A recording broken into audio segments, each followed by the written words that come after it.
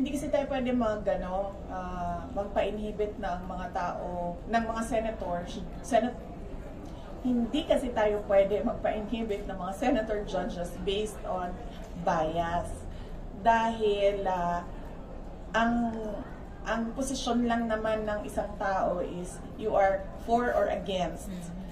Inday Sara, no? Kung ganun ang ating basehan sa inhibition, ay dapat din natin ipa-inhibit ang mga senators na meron ding bias against Sara Duterte, no? Tulad na lang ni Senator Risa Ontiveros na in a public speech, sinabi niya na kailangan talaga ano ba term na ginamit? Kailangan burahin or kailangan wasakin, kailangan sirain, gibain ang pamilyang Duterte. So